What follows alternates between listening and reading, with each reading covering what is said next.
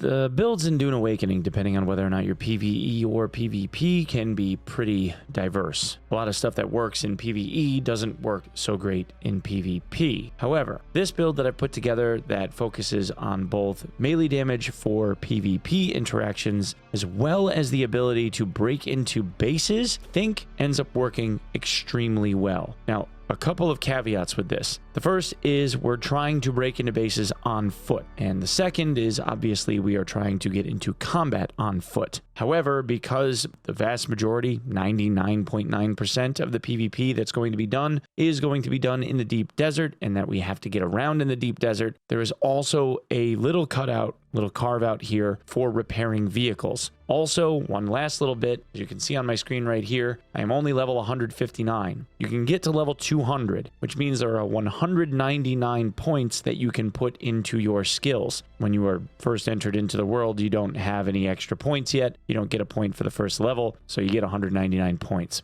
The most effective way to break into a base once a storm passes over, which kind of looks like this, is to use a lasgun. Now, there are two types of storms in the deep desert. There are level 1 storms and level 3 storms. The level 1 storms don't do much of anything, but the level 3 storms in the deep desert, as they pass over somebody else's base, it disables their shields, more or less knocking out the power for about 5 minutes, which means that you have to get yourself set up. But once the storm passes over, in fact, while the storm is passing over, if you have any overhead coverage, you can begin to do a little base breaking. There are two ways to get lasguns that we are aware of right now in the game. The first is a quest. Later on in the game, you will come across a terminal, one of the mission terminals in one of the later parts of the game, that will give you a quest to do what's called the cutting edge, where they want you to deliver them a Mark 6 cut array as new, which means you have to craft it and then contact the issuer. This chain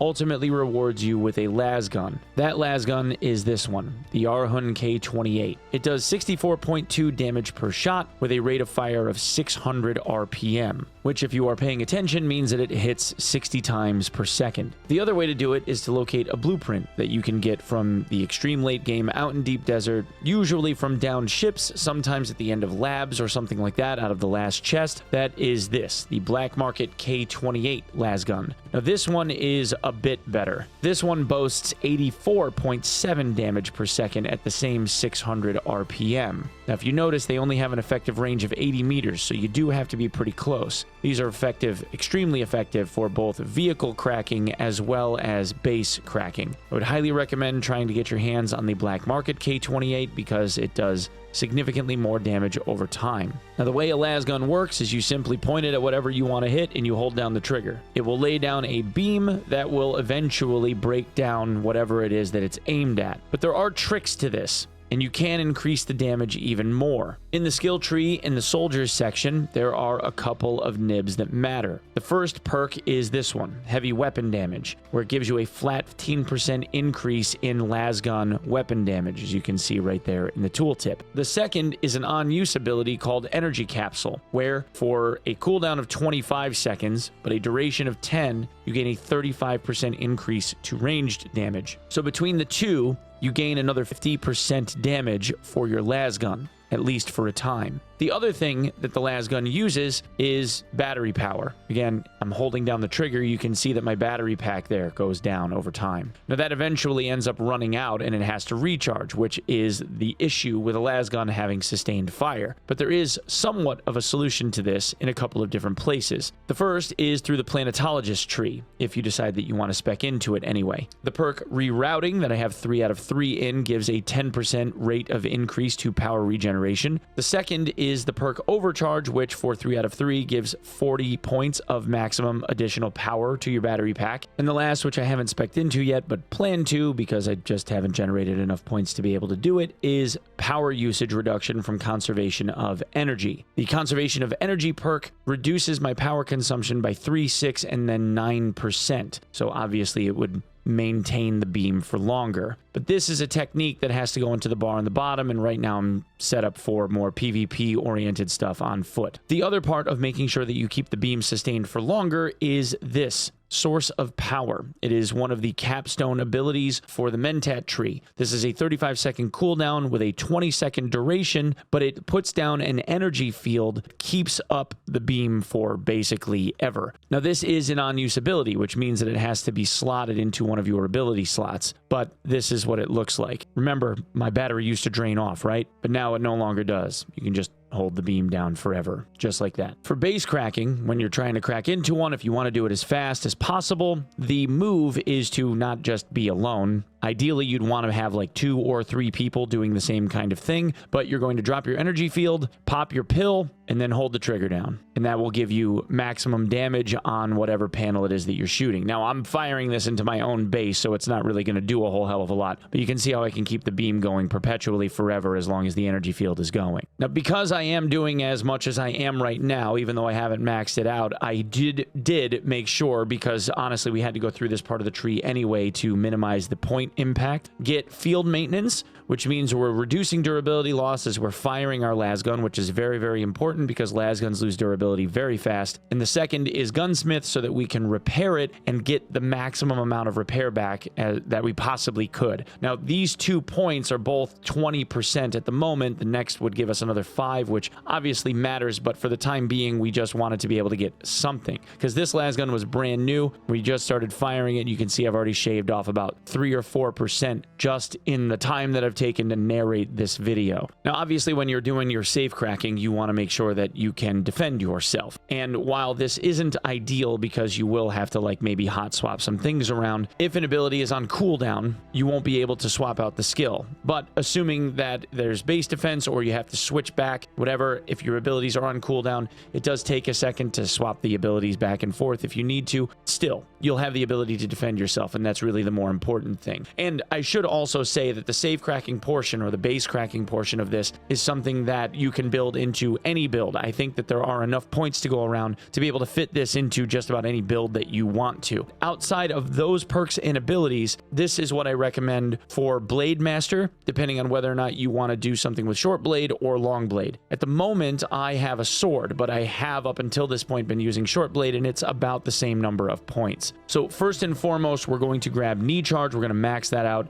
and we're going to get all of the stamina perks. Optimized hydration gives us bonus stamina when we're full drink, which you should be at all times anyway. Field medicine gives us faster heal kit restoration. Disciplined breathing, which is a technique that we use on our bar, gives us back faster stamina recovery rate. General conditioning gives us more maximum stamina. Crippling strike, which is one of the most important things ever in this game, which I will get to in a second. And then prescient strike. So when we're popping spice prescience, we have the ability to double hit whenever we end up using an ability, as long as it's a sword master ability. Anyway, then we're going to grab 3 out of 3 for blade damage. We're going to take retaliate for the 2-point cost, just because we need to get up to here for long blade damage. And that basically rounds out everything for the sword master tree. On the Bene Gesserit side, we're going to take Bindu Sprint just so that we can get the point in it. We're going to get Manipulate Instability, so that way when we stagger people, we're doing bonus damage. And then we're going to get blade damage, flat blade damage at 9%. If you notice, we grabbed blade damage for both of these for the passives. Over on this side of the tree, we're going to go right past recovery and trauma recovery, because they are both complete ass, if you ask me. And then we're going to instead take self-healing so that we get better healing effectiveness off of our bandages. And then 3 out of 3 in vitality for more max health. Now, you can mix and match this however you like. You could get more into sun tolerance if you're worried about becoming exhausted, or get more in recovery if you like this perk. I personally don't think that it does very much for me. And the only other thing that I would recommend in this case is getting damage mitigation from confidence. So grab deflection, grab reckless lunge, single point in these, and then grab 3 out of 3 in this for the damage mitigation. Now, if you don't plan on getting hit, or if you're very good at managing your stamina, you probably don't need to worry too much about this unless you're getting ganged, but I don't see any reason why you shouldn't get it. It's a good point to put 3 out of 3 in. just for the sake of doing some base cracking, I wanted to make sure that we at least got points in gunsmith and field maintenance. If you don't care as much about these, you could say, all right, well, I'm not going to do this and get your 6 points back from here, and then instead go spec up into confidence, and you'd be good. And again, obviously, there's another like massive amount of points here to still get, so we're not all the way there yet. You can do an awful lot with 41 more points, right? If you notice, I've also taken Suspensor Dash here, which is something that you could end up speccing into if you want. I personally like it, but it's got a bit of a bug right now. There's a working issue with Suspensor Dash, and what Suspensor Dash does is while you're suspended in the air, while you're floating, you can hold a directional button and then dash in whatever direction. It's supposed to have a 2-second cooldown, like I'm mashing it right now, but every 2 seconds is when it actually kicks in.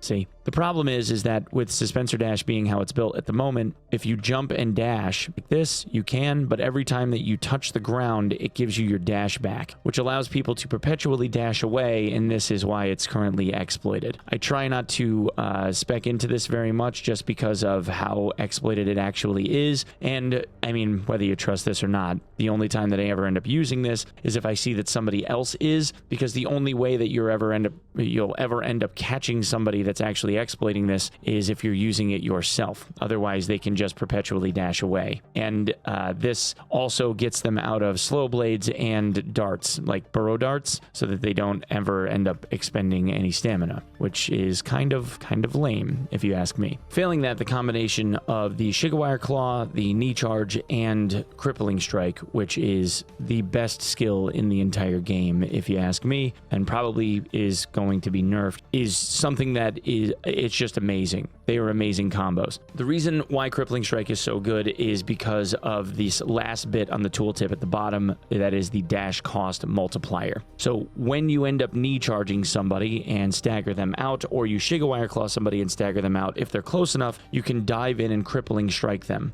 Out of reflex, almost always, they will try to dash away from you. And when they do that, it will burn their entire stamina bar out to where they're now exhausted and you get a free slow blade and they can't do anything about it. Depending on how damaged they are and if you've been able to coordinate with a teammate, let's say if you have a teammate that uses some range damage or a burrow dart or something like that, it more or less takes them right out, puts them into a DBNO state, and then you can finish them off. It's pretty disgusting. I'm gonna come and watch. I'm not gonna fight.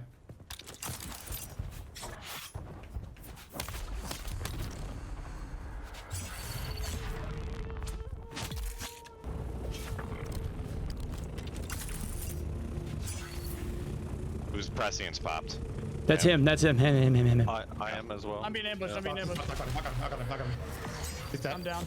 So yeah, it's not all in on one thing or another, but in my opinion, this is, if you're trying to be melee centric anyway, this is probably the best base cracking build that I could at least come up with just theory crafting on my own over time, and seems like it works very, very well. If you guys have any other tips, or if you're looking for any other information about the game, you want to leave something in the comments, please do. I'll be making a whole lot more videos talking about different build variants, as well as different strategies and tips for things for all of you to survive better in Dune, and especially in Deep Desert. Thank you so much for checking out the video. Thank you for lending me your eyeballs, and I will see you in the next one. Peace.